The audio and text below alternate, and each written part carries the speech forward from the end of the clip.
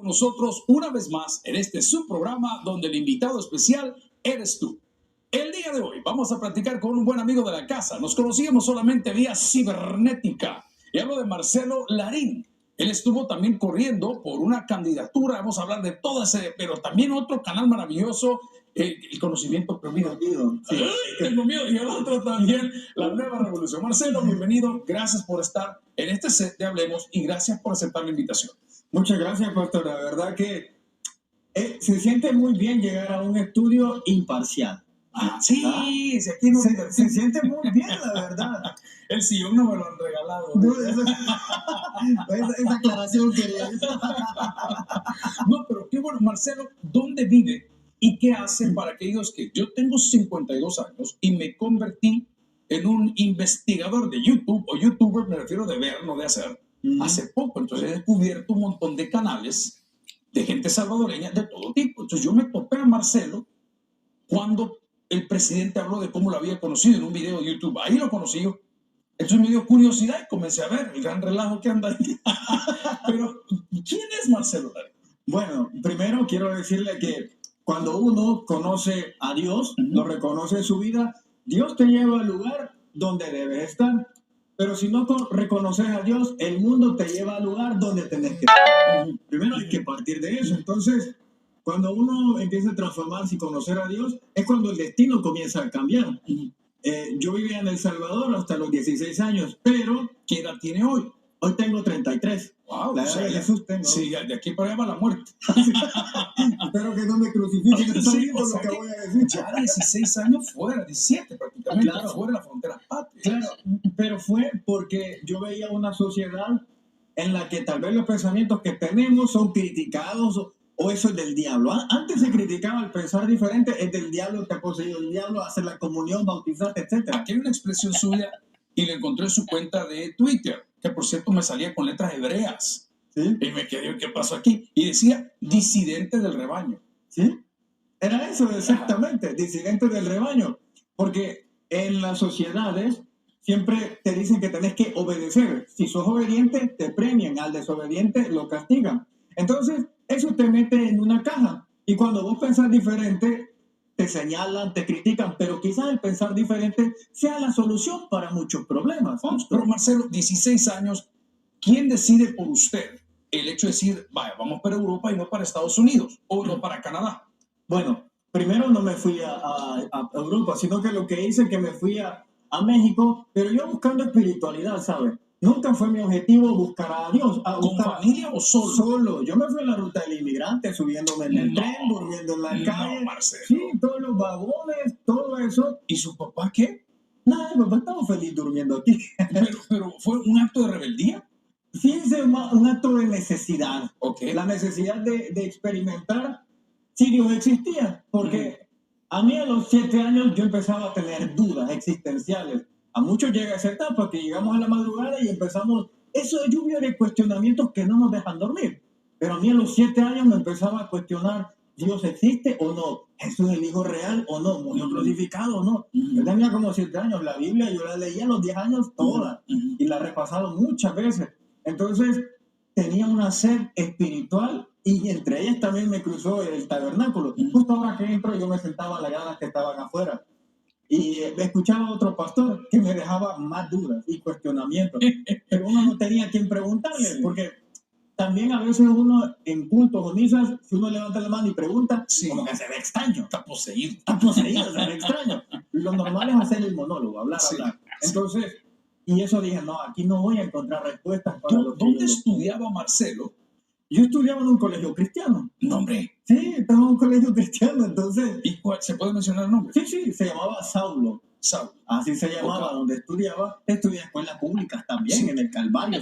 O sea, todo... ¿Y el hecho de ponerlo en un colegio religioso cristiano, era de sus papis o era usted que decía, papi, yo quiero ir ahí? El destino. No había matrículas en otros y nadie sabía. Entonces, bueno, yo fui.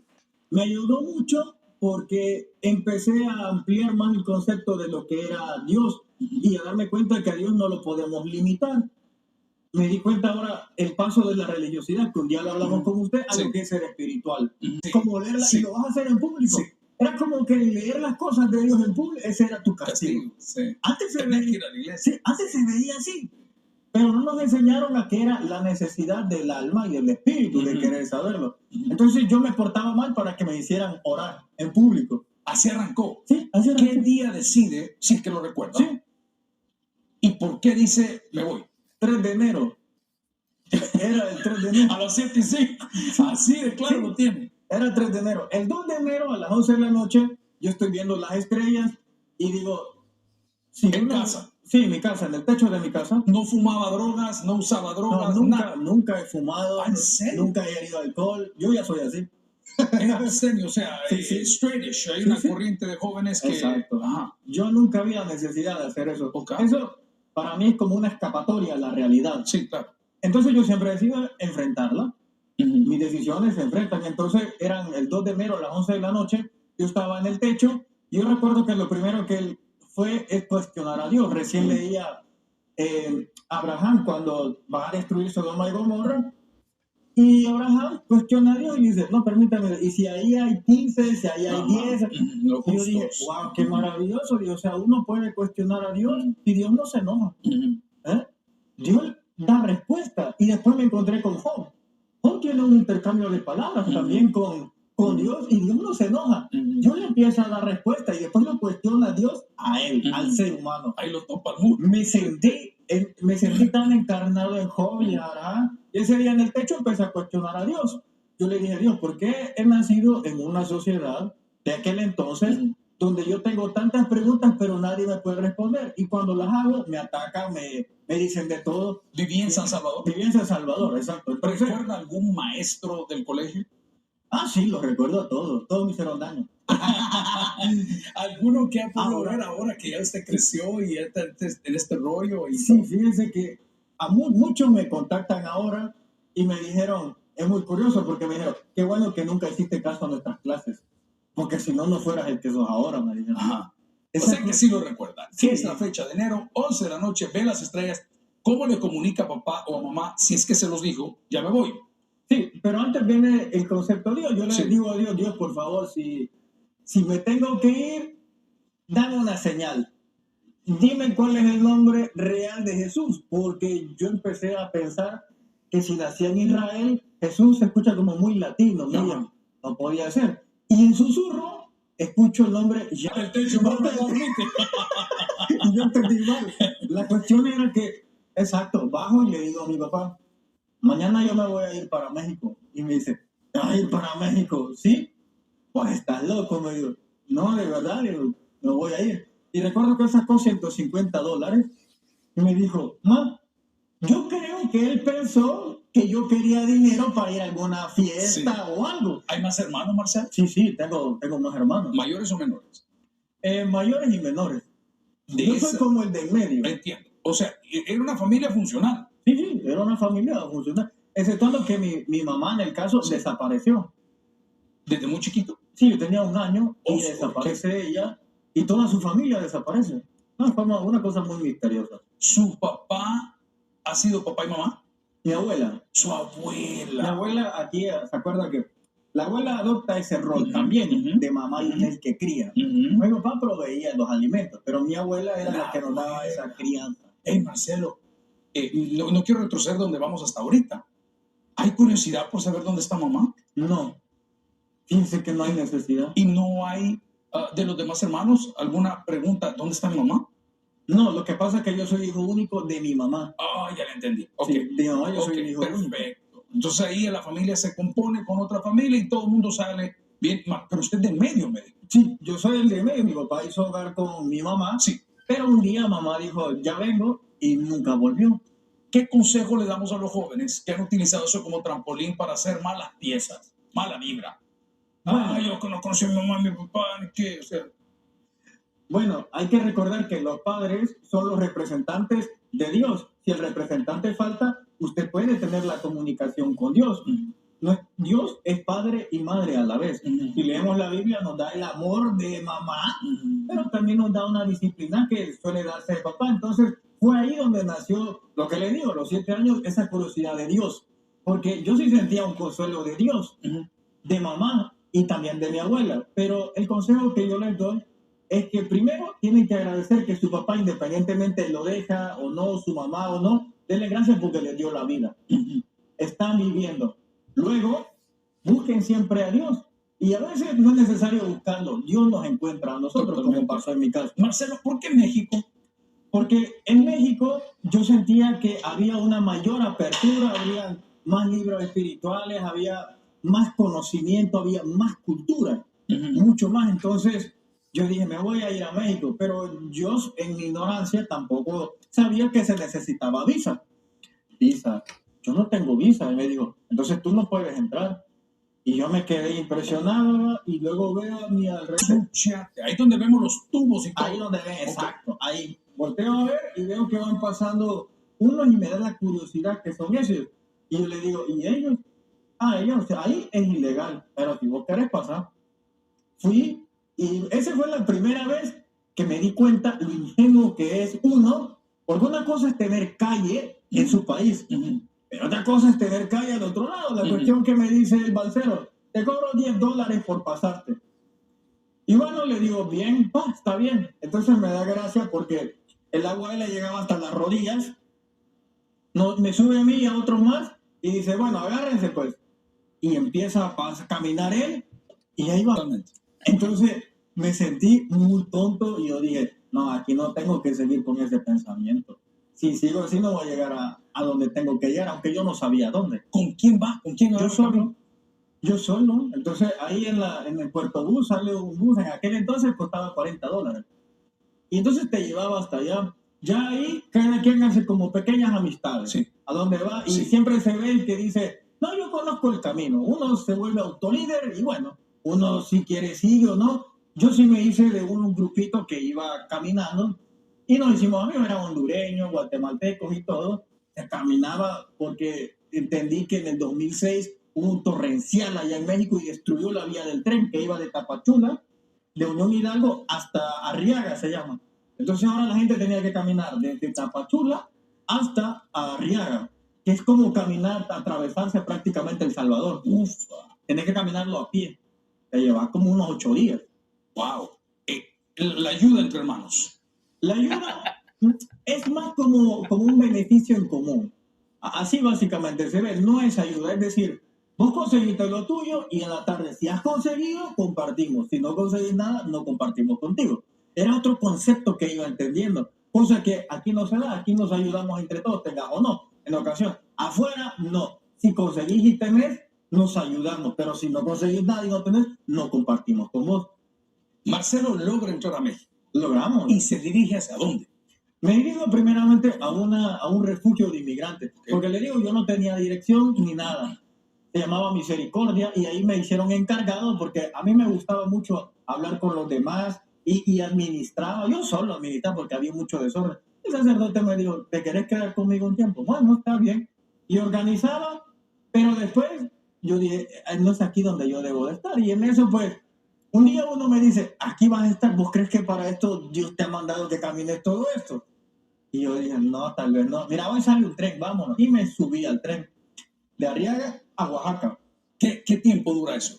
Eso dura casi 15 horas porque el tren rodea. Ajá. En cambio, en bus te tardas como 4 horas. Dentro de México ya vio impedimento, es decir, tenés visa, tenés papeles, tenés aquí, tenés allá. Sí, claro, por eso es que viajan de inmigrantes. Entiendo, no, pero me refiero, para no tomar el bus, sino que dije, mejor vámonos en el tren. Por eso claro, es que te piden allá. Y entonces, migración, sobre todo Chiapas, hay muchas casetas de migración. Estamos hablando, Marcelo, que ir en el tren es la foto que tenemos aquí, de ir arriba o ir como pasajero pagado adentro. No, arriba, colgado. Es arriba, pues no hay trenes que te lleven pagado. Entiendo. Entonces vas colgado y vi, de hecho, en aquel tiempo ya tenía un teléfono, yo había un día subí un video de que yo encontré que le había cortado el pie. Yo grabé ese video y se ve fatal. Porque cuando uno sube, uno tiene que escuchar, porque ya me había enseñado el que me estafó. Escuché los consejos que muchos dan. ¿El que lo estafó de la balsa? Sí, o sea, ahí yo aprendí que yo tenía que tomar, que escuchar. Ya si yo tomaba el consejo, no, bien. Entonces aprendí a escuchar y a retomar lo que yo creía que era bueno. Entonces, escuchaba que decía, amarrate entonces te acostás y te amarrás, por si te dormís no te vas a ningún lado, porque las vías del tren van así y en eso caes. Ni hacerte muy aquí, porque la separación de los trenes a la velocidad, hay un aire que te succiona. Entonces, por eso he escuchado muchos documentales que dicen que algo los jaló y es una corriente de aire que se da y te jala. Entre los dos vagones. Entre los dos vagones. Entonces te jala si no vas bien agarrado. ¿Qué lleva ese tren? Gente lleva, aparte de la gente lleva piedras, arena, cemento y cosas así. La comida en 15 horas y el baño en 15 horas. Bueno, ahí uno tiene que ir antes de irse, uno tiene que hacer sus necesidades, comer lo menos y uno puede orinar, claro, uno va a orinar una más. Sí, por ser varoncito. Sí, claro. En cuando la A no mujer... que tenga la mala maña, curucán, sí, la regala. Pero sí, o sea, es riesgoso. Es muy riesgoso, claro. Entonces llega uno a ¿cómo se llama? Estafa, creo que se llama. Así que 15 horas amarrado. Aguantando donde yo debo de estar. Y en eso, pues, un día uno me dice, aquí vas a estar, ¿vos crees que para esto Dios te ha mandado que camines todo esto? Y yo dije, no, tal vez no. Mira, hoy sale un tren, vámonos. Y me subí al tren de Arriaga a Oaxaca. ¿Qué tiempo dura eso? Eso dura casi 15 horas, porque el tren rodea. Ajá. En cambio, en bus te tardas como 4 horas. Dentro de México ya vio impedimento, decir, tenés visa, tenés papeles, tenés aquí, tenés allá. Sí, claro, por eso es que viajan de inmigrantes. Entiendo, no, pero me refiero, para no tomar el bus, sino que dije, mejor vámonos en el tren. Por eso claro, que te piden allá. Y entonces, migración, sobre todo Chiapas, hay muchas casetas de migración. Estamos hablando, Marcelo, que ir en el tren es la foto que tenemos aquí, de ir arriba o ir como pasajero pagado adentro. No, arriba, colgado. Es arriba, pues no hay trenes que te lleven pagado. Entiendo. Entonces vas colgado. Y vi, de hecho, en aquel tiempo ya tenía un teléfono, yo había un día subí un video de que yo encontré que le había cortado el pie. Yo grabé ese video y se ve fatal. Porque cuando uno sube, uno tiene que escuchar, porque ya me había enseñado el que me estafó. Escuché los consejos que muchos dan. ¿El que lo estafó de la balsa? Sí, o sea, ahí yo aprendí que yo tenía que tomar, que escuchar. Ya si yo tomaba el consejo, no, bien. Entonces aprendí a escuchar y a retomar lo que yo creía que era bueno. Entonces, escuchaba que decían, amarrate, entonces te acostás y te amarrás, por si te dormís no te vas a ningún lado, porque las vías del tren van así y en eso caes. Ni hacerte muy aquí, porque la separación de los trenes a la velocidad, hay un aire que te succiona. Entonces, por eso he escuchado muchos documentales que dicen que algo los jaló y es una corriente de aire que se da y te jala. Entre los dos vagones. Entre los dos vagones. Entonces te jala si no vas bien agarrado. ¿Qué lleva ese tren? Gente lleva, aparte de la gente lleva piedras, arena, cemento y cosas así. La comida en 15 horas y el baño en 15 horas. Bueno, ahí uno tiene que ir antes de irse, uno tiene que hacer sus necesidades. Comer lo menos y uno puede orinar, claro, uno va a orinar una más. Sí, por ser varoncito. Sí, claro. En cuando la mujer... A no que tenga la mala maña, curucán, sí, la regala. Pero sí, o sea, es riesgoso. Es muy riesgoso, claro. Entonces llega uno ¿cómo se llama? Estafa, creo que se llama. Así que 15 horas amarrado. Aguantando sol. Me entrevistan y me llaman a mí y me dicen, mira, ¿de dónde eres? Yo soy del Salvador. ¿Y por qué venís? Y yo le dije, por las maras y las pandillas. Le digo, no, yo vengo buscando el conocimiento prohibido. Por eso le puse eso. De ahí nació el conocimiento. Pero yo ni pensaba en YouTube. Yo buscando el conocimiento prohibido. ¿Y qué es eso? Y yo les hablé un poco de cómo yo pensaba. Y me dijo, ¿no te gustaría ir a Ciudad de México? Al DF. Pues sí, le digo, está bien, pero no sé cómo llegar, le digo. Me dice, mañana venimos por vos. Y cabal, 5 de la mañana estuvieron ahí. Me fueron a traer su carro propio, me montaron y me llevaron a Ciudad de México. Que para ir a Ciudad de México te tardas como unos 15 días. O sea, que es terriblemente grande. Claro, no, pero por tren te tardas 15 días. Pero yo me tardé 12 horas en carro. Entonces, es una gran cosa. O sea, si hubiese seguido Marcel, en tren eran 15 días. 15 días. Pero en carro eran ¿cuántas horas? Eran de 6 horas, 7 horas, por ahí decían. La cuestión que... ¿Qué se habla en 6, 7 horas con documentalistas que no conozco? Fíjate que ellos estaban muy interesados en por qué yo me había ido. Porque me resultó bien raro, porque todos se andan yendo por huyendo de pandilla, mara, mejorar su economía. Yo nunca he escuchado a alguien que ande en búsqueda de conocimiento, me dijo. Es raro, pero y que no hay libros. Marcelo ya tenía piercings. No. De Marcelo- hecho, estos no son piercings, porque yo cuido mi cuerpo en el caso así. No me gustan las perforaciones. No hay tatuajes. Solamente son de broche, tampoco hay ¿En tatuajes. serio? Sí. Ay, cualquiera hubiera dicho, está manchado como el infierno. Nada que ver. Claro, nada que ver. Lo que pasa es que, como a nosotros tenemos un estereotipo desde la educación, que si te vestes así, sos malo. Si te Sí, ves tatuajes, sos sí. malo. Tenés aretes, pues te gustan las mujeres o sos malo. Pero realmente no es así, porque calificamos a la persona por cómo la vemos, no por cómo es.